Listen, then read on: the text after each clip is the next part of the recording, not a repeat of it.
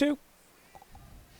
Welcome back, WNST, Towson, Baltimore, and Baltimore Positive. It's been a little while since I've been out to these parts. The Crab Cake Tour is presented by the Maryland Lottery. Let yourself play. I see the little L there as I'm getting that going. We were at the window at Silver Spring Mining Company, a place that I remember this building going up 20, 25 years ago. Gary Rissling's a longtime friend of mine from the hockey world and the Baltimore Skipjacks. And I guess that's where this thing will intersect. We're at Silver Spring Mining today. We got great guests. David Marks, councilman, going to be joining us, as well as Rob Santoni from Wise Markets. I'm in the sort of the basement of the lodge of Silver Spring Mining, where I've watched a lot of hockey. I've watched the Caps lose every big game they ever lost on one of these TVs in here. I think I've seen them get eliminated by the Canadiens, the Rangers, not the Flyers. I was at all of those games. I'm talking about when they get eliminated on the road. I've been here. And Gary's out like coaching kids and doing stuff. I don't know if he's going to be by or not, but I lived right around the corner here, right down Silver Spring Road on Flanders Court with my son in the early 90s when I used to be Nasty Nestor. And this guy's father-in-law was one of my very first sponsors at the Emerald Tavern. So Gregg Landry of Blue Rock Productions and his new endeavor, Towson Transfers, is our guest out here at Silver Spring Mining. And you know what? I put this crab cake tour together, and I'm going to have a crab pretzel. I've already had the hot turkey here today. And for me, the crab cake tour was an excuse to try different recipes. What it's become now is like, oh, yeah, Landry lives up in Cub Hill. I'll call him and get him over here. And my buddy Kevin Benson runs Rosedale Federal. He's right up the road. We'll call him. Thanks for coming out, man. You got a new business. You got like a whole endeavor, and you have like old hockey stuff, and you have show and tell today. I have show and tell. This is like social studies class today. Visual aids. Let me start off by giving this to you. What is this? This says Parade XXXV. This is the loss. This is the Holy Grail. Champ. Oh, my God. That's all it says. I'm giving it back to you. Well, and this is how your business and my business sort of intersected, right? I mean, not only did you do the video for my wedding 18 years ago, shot commercials for me, I know during Free the Birds. Yes. So your commercials got me thrown out of Camden Yards. You're welcome. Dirty, yes. So thank you. You're welcome. Yeah. This here is did you ever see, what was the third, Raiders of the Ark, Temples of the Lost, whatever. The third one was the Holy Grail, the one where Sean Connery. Right. What was that? Legends? I don't know what the hell it was. Yeah, something like that. Well, they were trying to find the thing that would save your soul, right? It was the chalice they were looking for, right? Yep. That was the Holy Grail, was the chalice. Yes. This is the chalice of my life. This was the Holy Grail. This is literally, what kind of format is this DV? Mini DV. Mini. This little tape that looks like a little cassette Yep. is actually videotape. And Mike Flynn's ears are burning somewhere up in Massachusetts right now. This was in a little, what size camera? The camera was about this big, right? Yeah, handheld camera. Absolutely. Flip out screen. Not Right, much the bigger, little not much screen bigger than your hand. Absolutely. So you have been in the video business forever. You are Blue Rock Productions. 28 years. You had a facility over Reisterstown Road for a long time. Yes. And you were the guy that set your tripod, kind of like this one right here, up at Section 308 at every Blast game, Bandits game. You never did the Skipjacks. You were gone before that, right? No, correct. But I always saw you there, and you were the one providing the film that Scott Garceau, Mark Viviano, I don't know who was at Channel 11 then. It wasn't Viviano. He was the third. But back in the 90s, the 11 o'clock news would have that Blast goal or that Bandit score. Exactly. And it all came from the same videographer ledge at the then Baltimore Arena, now Royal Farms Arena. Real fresh, real fast, right? Exactly. So two different stories there. One was the Bandits. When I used to work for the Bandits, I used to have to make 3 VHS copies of every game for them. One for the home coach, one for the away coach, and one for the referees. So I'd have my 3 VCRs and my camera up there. One camera, 3 VCRs. One camera, 3 VCRs. Okay. After the game, I run them down, deliver them. That's it. And the visiting coach would pop it on. It would be on one of these, right? The it would VHS. be on a legitimate, and he would pop it on in the bus on the way back to Fredericton or wherever the hell they were going, right? Exactly. And they would watch the game, and they would. And that was your job. That was my job. And that was one of many jobs I did when Blue Center Rock was ice, starting right out. above the press box. Sometimes yeah. I'd run into you up there. Yeah, absolutely. So Great people this up there. tape here was from the Super Bowl parade. So I want to give the story because Flynn and I did this. We should have done it with a couple of drinks. When the Ravens won the first Super Bowl, which is now 20, almost 1 years, Yep. right? It'll be 21 years in January.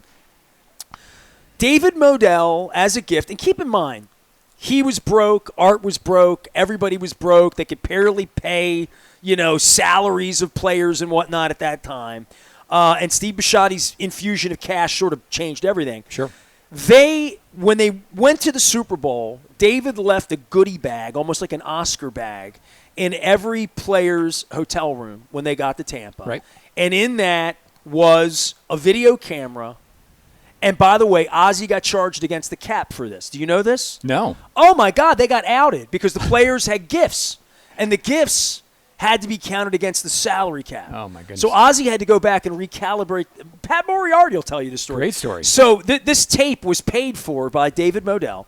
So thank you, David. Just a little great. It's a beautiful thought, isn't Indeed. it? So David gave every player a video camera. Yep. And these video cameras were ubiquitous amongst the players, right? Like when the players came out on media day, because David wanted them to remember. David's gone now, so this is a great way to think about David. By the way, the Crab Cake Tour is presented by the Maryland Lottery. Let yourself play. Dave would be very proud that I'm sitting in White Marsh and Silver Spring Mining Company telling great stories about his memory. But this tape wound up in Mike Flynn's video camera. Right. Story goes like this. I spend a week in Tampa working my ass off, doing the game. Whiskey Joe's was involved, right? We win the Super Bowl. I'm up partying all night. I fly to Philadelphia to do my national show with Brian Baldinger. I drive back to the city sick as a dog from changing time zones, airlines, Whiskey Joe's, girls, boys, beer, Super Bowls, parties, Philadelphia, national radio shows, local radio shows, own the radio station, running a radio station, and I come back, and on Tuesday morning, all I was trying to do was just get to the finish line. Right. Just get me up to the barn somehow Tuesday night after this parade. Just get me through the parade. I'm not going to go to the parade. I went down to the stadium that morning to find football players. Right. Edwin Mulatalo swore that he would do the fire dance. Yep. So I knew he was coming. I just had to find him and remind him. And I knew he was sober because he's a sober guy. Yep. So I went down looking for Kyle Richardson, Kim Herring, Mike Flynn, Spencer Falau, my buddies. Yeah. The guy, we won the Super Bowl. Absolutely. So I get down to the stadium in the morning, and it smelled like diesel fuel, just choking on it from all the tanks. Yes. All the Humvees are down there, right? So I get down there, and all I wanted to do, and I had my cell phone, because we didn't text then, it was all cell phone, and all I did was look for players, and I said, you're coming to the barn tonight, right? You're coming to the barn. And I put Flynn on the phone, on my flip phone, my cell phone, back to the live radio station, and I guess it was Marikis at the time. I don't even know. It was 21 years ago. Sure. Whoever the morning show was, Mahaney, I don't know, somebody. Somebody I hired and gave a career to. And Billick says, you're getting in the parade, right? And I'm like, Coach, I'm out. I'm sick. I didn't dress for it. I'm just down here to get guests. Will you come out to the show tonight? So I'm not coming to the show tonight, but you're riding in the parade. And I'm like, Coach, I'm not riding in the parade. I'm not dressed for it. Somebody get him a sweatshirt, Aaron Cashman. So all of this is on the videotape, too, by the way, because Mike Flynn's videotaping from the top of his Humvee. So the first 28 minutes of this is Mike Flynn and me holding the camera on Flynn while Billick's yelling at me, while Flynn's on a tank doing radio. All of that's on here. And this tape wound up in Flynn's camera, and Billick invited me onto the thing, and Spencer and Flynn were riding together, and they're like, we'll take Nestor. He can hold the video camera, right? You're Smart. a media guy, right? Those guys are smart. All right, so I'm sick as a dog. I wind up completely inadvertently in this parade. I hate parades. I didn't want to be in the parade. I had no interest in being a part of the parade. Standing in it was pouring rain. It was. It was miserable, as this video will attest, Yes. right? It was miserable. Yep. And Flynn gets me on the Humvee, and for how long is this? 52 minutes, an hour and a half? It's a significant piece of time. Yep. I held the video camera coming out of Camden Yards, down what's 395 and I guess Charles Street, right-hand turn on Pratt Street, all the way down Pratt Street in the rain, left turn on Gay Street, through over to City Hall, around, up onto the stage, the entire ceremony up on stage, from stage, Art, David, Brian, Goose, the Mayor O'Malley, then Mayor O'Malley, right? All of this. Flynn has the camera. I get off the dais, and I'll never forget, I rode with Marvin, because Marvin was about to take the Tampa Bay Buccaneers job. Do you remember this? No. Yeah. Wow. Then John Gruden, you remember what happened there? So, yeah, and then Marvin went up in Cincinnati. Marvin was going to get the Buffalo Bills job, or there was another job. Was Buffalo, Cleveland? No, Cleveland wasn't open yet. Cleveland wasn't open yet. He didn't get any of them. He wound up coming back here, and they got the Redskins job after that for 5 minutes. Okay. And then got the Bengals job. So I get on the bus with Marvin and a very young Marcus, his son, who's probably 15 at the time. And I said to Flynn, I'm going to get a copy of that, right?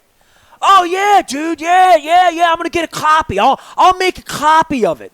Okay. Which is where you come in, and your new deal. Towson Transfers, by the way, is Gregg Landry's our guest. We're doing the Crab Cake Tour, and I'm telling long stories, which this tape is one of the greatest stories of my life. 3 weeks later, spring training was where? Fort Lauderdale, Florida.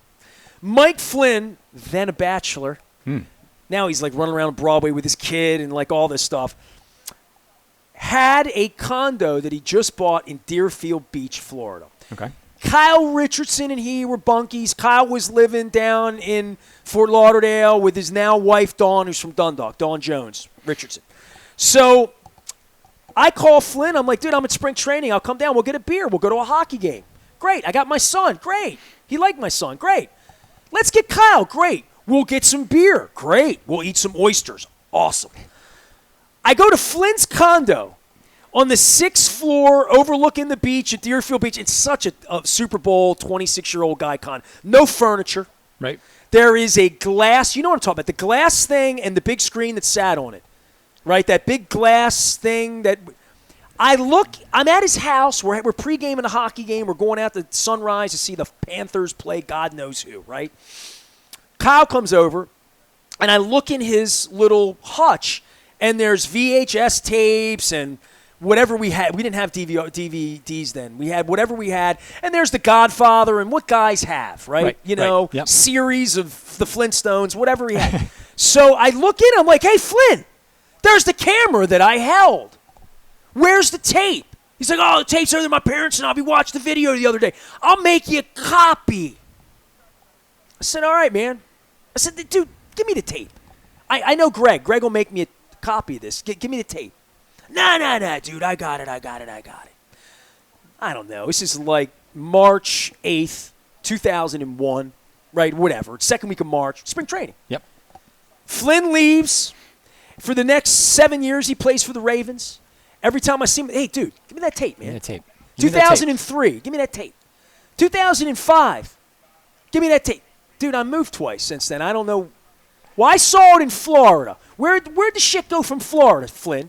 My parents, my parents are up in Springfield, Massachusetts. This is 2006, 7. Then Flynn, his career ends. God bless him. He goes to Boston. It became shtick, and he lost the tape.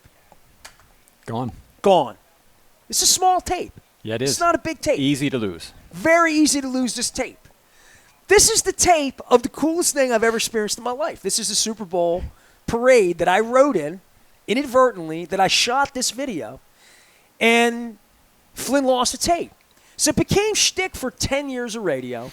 And then during the plague, 2 years ago during the plague, I had Flynn on, and Flynn comes on 5-6 times a year. So I have generously 60 to 80 times on the air ridden him. How did you lose the Super Bowl parade video? How could you lose that? He falls on the sword as is part of our shtick. Yep. And when it ends, I hit stop on the record. He says, dude, are we done recording? I'm like, yeah. He's like, I found the tape. And he sent me a picture of his thumb holding the tape, and it says Parade XXXV Chamb. I don't know what that is. Maybe it's a P. It's the P with the S next to it, Okay. Chamb. So if you see it, this is the real tape right here. And this was FedEx to me in the middle of the plague. And I get this tape. This is a VHS. What the hell am I going to do with this? This doesn't even fit like in your pocket. Who has a machine that can get this tape, which is the holy grail of my life? This film. What is it? Celluloid is fat. Celluloid is this, right? Celluloid, yeah. Who is going to take this tape and turn it into digital? And that's where you come in, Greg. That's a long story, but everybody's got a tape, right? Everybody's got one of these or one of these. Show them what you got. Do show and tell. Well, I promote the Maryland Lottery. Tell everybody we're going to be at the Chop Tank tomorrow. Go ahead. Sure. Oh, well, as you're saying, mini DV was a very popular format at the time. So depending on when you had your camera or when your kids were young, you either have mini DV. From a format, it took this big thing from 1980 that I taped the Do You Believe in Miracles? I bought a VCR that week. My father bought it February 1980. Okay. Everybody bought Beta then. Sony was expensive. Yes. But it was in James Bond. And everybody bought a VHS. And this was like small in 1982. This was a wonderfully – it fit in your briefcase. It was a good format. Right. So then this thing came along, and there's no question as to why this replaced this, because you used to carry those cameras, right, that were up on the shoulders. Oh, yeah. That had this thing in it. That's when I went to college at University of Baltimore in 1992. Actually, in 92, we went to High 8. What's High 8? Right here. So this is what I used at the University of Baltimore before Peter Angelos took my career while trying to take the media department there. This is what we used in 1992. Yep. And this was 2001. Right. So this was VHS-C. This was another format. It was kind of I used this. Yeah, kind of a more similar. The tape size was about the same as the VHS. I still have the camera that compact. goes with this over at the radio station. Right. Yes. Right. So that was good because that became handheld at that point. But once David Modell got his hands on some money and took care of our football players, it became good. this. Yep. My wedding was done on one of these. Mm-hmm. My wedding was in 2003. So this was a turn-of-the-century format. Yes. So people come to you now, and I reached to you. I reached out on the internet, I think, and said, help me! And Greg came, Blue Rock Productions. And to the rescue. And literally, I door-to-doored this to you. And when I gave this to you, I'm like, don't touch it. Don't blow in it. I don't know if it's going to work. I was afraid that 20 years might wreck the format based on where Flynn's parents had it in their garage. Right. Wrecked formats, does that happen at this point? Not really, but obviously the big thing is losing it like Flynn did or thought he did, right? Oh, right, of course. So maybe it won't degrade. Certainly it will over time. It's hard to tell, like, the conditions it's in. If it's in the attic, maybe it's okay. If it's in the garage, maybe it's getting, hot and cold. So if it's in Phoenix, it's different than if it's in New Hampshire, probably. Right. Just from a temperature standpoint. Yeah, temperature and just, like leaving it in through the winter. It's getting cold, getting down to freezing and hot over 100 degrees in the summer. How long is this tape meant to last? And I only ask that because I have many, many cassettes from the early 90s. Now, I still have the format, and I have a deck, and obviously you can plug it USB and whatever. Right. And I found all of my old VHS. I acted in the 80s, so, I was on stage when I was a young person singing in Oliver, consider yourself at home. So anyway, I found all of that. Nice. And I wanted to digitize it. Yeah. And I found that, through modern technology, you can, Yes. but you have to have a VHS. You have to have a machine. You have to have At the VCR. very least, and heads that are clean. And Yep. I mean, I've seen machines get, I don't want to say rusty, but whatever eats a tape. The last thing you want them doing is eating your mother's wedding video from 1987. Exactly. Literally, right? Exactly, yep. Because if your mother's wedding was in 1987, it's on one of these. Yep. Yes, I still have the high-end decks that I was using professionally back in and back cleaning in them that with time. a little alcohol. Yeah. So I mean, these right. were very expensive at the time, and they're holding up really well. So no, we can take care of any of these kind of formats, and so everyone has different. I mean, like me, I have a variety. I have some VHS, I have some mini DV, I have a collection of them over the years. So. People come to me and I try to understand what they have. Sometimes they don't know. They don't know what this is. They don't know what this is. So, we try to understand what it is. Pull this up. I mean, we're doing show and tell here. Oh, Gregg yeah. Landry's my guest. He's been my friend for, 30 years. Blue Rock Productions and Towson Transfer. This here reminds me, where's Moeller Moeller, where are you? My social studies teacher. This was always how you did show and tell. Yeah. In the projectors in the early 80s. Yep, and you press had a that little, button. Oh, press yeah, a little the remote. button, right? Yep. And Frank High-tech. Enko and Doug Roloff would come in Hollabird Middle, and and Miss Simpkins' machine wouldn't work. And do you remember this? You had to blow the dust off, otherwise you'd have dust bunnies. Right. Like at the bowling alley. Right. When you're trying to keep score. So I have these little guys from the 80s. These were, when we worked at the paper in the 80s, all the photographers, Gene Boyers, my Facebook friend, all their photography from Memorial Stadium, at the News American, the Sun. I have a whole bunch of these. Yeah. I look at them like, I hold them up to the light, and I'm like, hey, what's going on? But every format is, I guess, in the modern era, a guy like you can transfer. Yes. I had films of me as a baby, and I keep saying to my son, if you find a little yellow box, it's me as a baby on videotape because my uncle had a camera in 1969, 70, 71, and there were about 5 rolls in my life of and I keep thinking, it must have been expensive as hell to send. You had to send this off in 1971. Yes. And to have a camera and a Bell and Howell, right? Yep. Still, you can still. You were doing well for yourself. If my son finds one of these, you can take care of it. Get it over to me right away. I'm telling you, it exists. It exists somewhere in the cosmos. Yeah. Maybe Flynn can find it. This is not a storefront, right? This is, you want people to call you. Tell me how to find you. Yeah, so we're in Towson off of Loch Raven Boulevard, right behind Total Wine. And so I Convenient. Right. So, I have an office there. I'm in and out, so just people will get in touch with me, through the Towson Transfers, that's it. My pal Gregg Landry, we're at Silver Spring Mining. And what do you call this? I mean, it says transfers, rediscover and preserve your precious memories. Is there a word for what tape transfer, or what would you call this as a It's science? a transfer, yeah. It's a transfer. Transferring from one format to another. A lot of people transferred their old stuff to DVD at one time, and now those DVDs, people don't even have DVD players anymore. So, we're making it digital, so you can have it for a long, long time.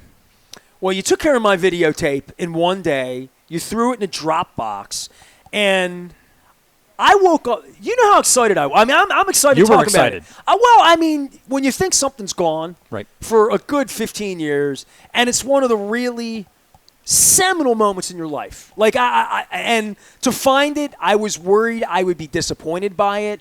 I was worried that it wouldn't be any good, or that it wouldn't sound good, or that I said something stupid that would, like John Gruden, screw my life up. And then when Flynn found it, I went nuts. I'm like, get that to me. And when he FedExed it, he hit me the next, did you get it? Because once he found it, he was like, oh man, now we got to get it transferred, right? We got to take this thing and make it, and I hope it's okay. I hope it's I hope I remember it the way it was. Right. And you transferred this, and I just want to you didn't even charge me.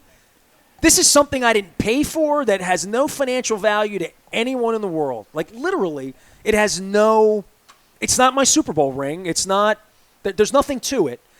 Yet it felt completely invaluable. It felt lost. It felt treasured. So I get it. Now you come down to my condo and pick it up, and we're treating it like the briefcase in Pulp Fiction. You know what I mean? We're carrying it around. You get it back. You say to me, it looks great. And then you throw it in the Dropbox. And I swear to God, you did it at like 8 in the morning. And I was brewing coffee in the kitchen. And I saw it. It was like, ding. And I looked at it, and I saw the file size, and I saw it was an MP4. And I knew I could just click it and see it. Now it's like, it was a moment. And my wife was all like flustered with work in the corner. And I'm like, honey, I have a cup of coffee. And I think I had a muffin that morning. And I said, I'm going to go back and I'm going to watch this thing. And I'm probably going to cry. I'm probably going to scream. I'm probably going to have to stop. I'm probably going to freak out. And I sat back there and watched this thing alone. And it's a shame I didn't watch it with Flynn. Or with Billick or with somebody else, you know. Yeah. But I'm back in my office, and I just I said, for the next 2 hours, I'm going to do nothing but just watch this and listen to it, make sure I didn't say anything stupid in case I have to put it out or Flynn didn't say anything stupid. And I watched it, and I was just blown away. And the wild part of the video is, and I'm going to release, I haven't released the whole thing yet. No? No, Okay. I haven't put the whole hour up yet. I only put up a little piece of it. So I'm going to release it.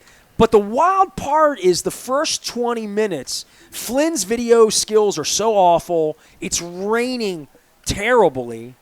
And water got on the lens, Yes, it did. unfortunately. So, correct. So the first 11 minutes of the video after we start moving, and we're moving very slowly, the camera is completely, it looks like a windshield without wipers.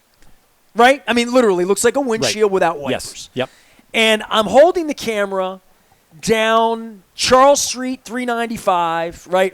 Right, Convention Center, more Convention Center, then you get to Pratt Street. All of that is completely terrible. Like, it's unwatchable. All you can do is hear it. And for the 11 minutes I'm watching it, I'm drinking coffee. It's like 9:15 in the morning, and my heart's sinking. Yeah. I'm like, we found the video. We transferred the video. The video's horrible. The video is just completely horrible. It really is horrible. It was rough at parts. And I thought, oh, my God. And at some point, I think Flynn grabbed the camera and went, shh. And it was like everything came to life. Right at the convention center, 100 feet into the real run on Pratt Street, it was like the Wizard of Oz when it went from black and white to like color.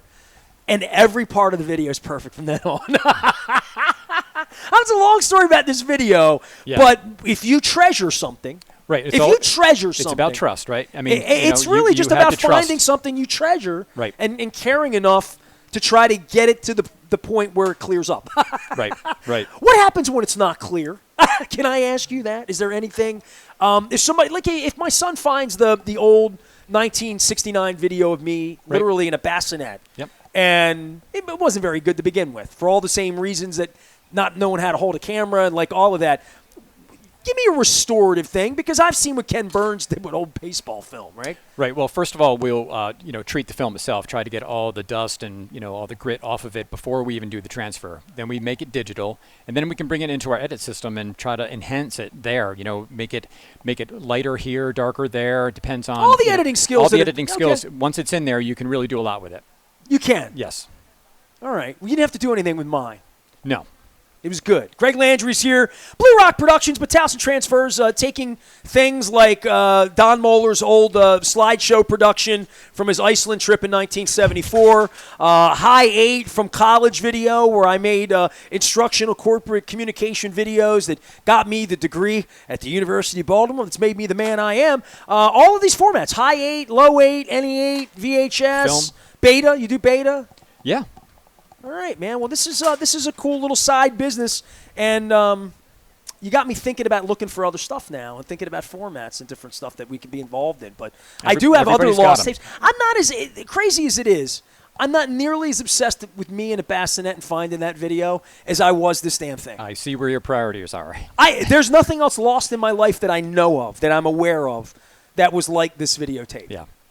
Well, most of the time, people are discovering these tapes that they had filmed of their children when they were 1 and 2, and now they're turning 21, and they're, getting what a joy that they're experiencing with, rediscovering these These memories. are the worst formats, right? These weird ones, because somebody probably has a working VCR that you could get it off if you tried it. True. I mean, if you're so inclined, Yes. right? Yep. Obviously, they drop it off to you.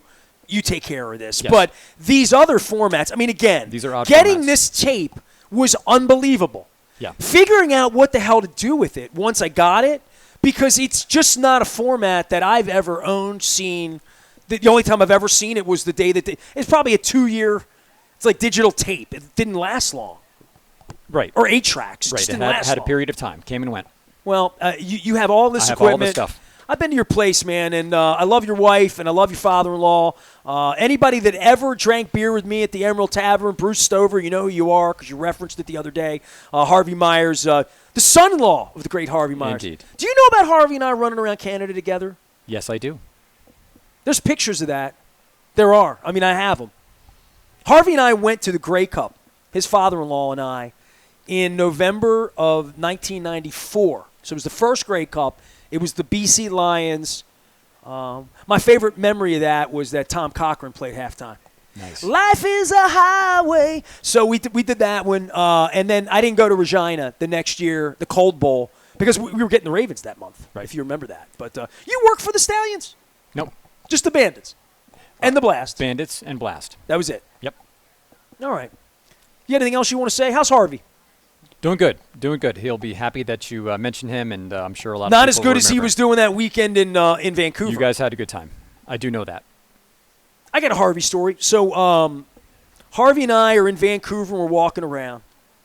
And Harvey's the funniest dude ever, man. I could do Harvey all day. But Harvey and I are walking, big old Harvey and little old me walking 1994 through Vancouver, little Harrisburg-looking city. Looks like Hong Kong now.